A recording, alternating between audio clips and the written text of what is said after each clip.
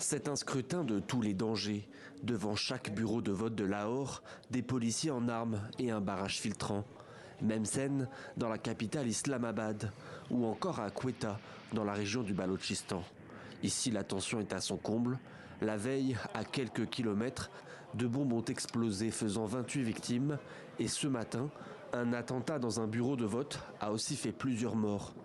Le Pakistan est régulièrement endeuillé par des attaques terroristes.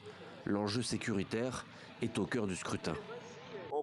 La situation dans notre région est telle que la plupart des gens l'ont quittée pour de plus grandes villes comme Karachi. Nous aimerions que les gens puissent rentrer chez eux.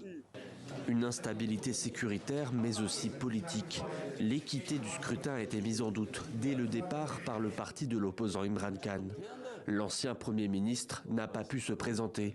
Il est emprisonné pour corruption et trahison.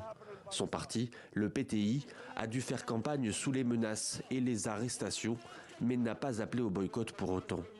Le favori des élections, grand rival, est cet homme, Nawaz Sharif. Il est soutenu par l'armée, qui possède une forte influence sur la vie politique du pays.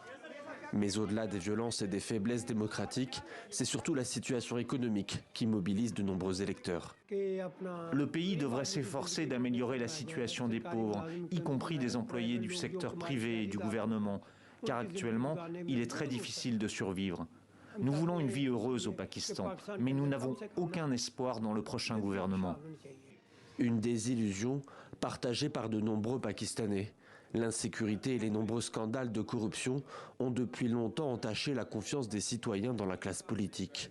Le ministère pakistanais de l'Intérieur a annoncé tôt ce matin la fermeture des frontières terrestres et la suspension des services mobiles, le temps des élections, invoquant des raisons de sécurité.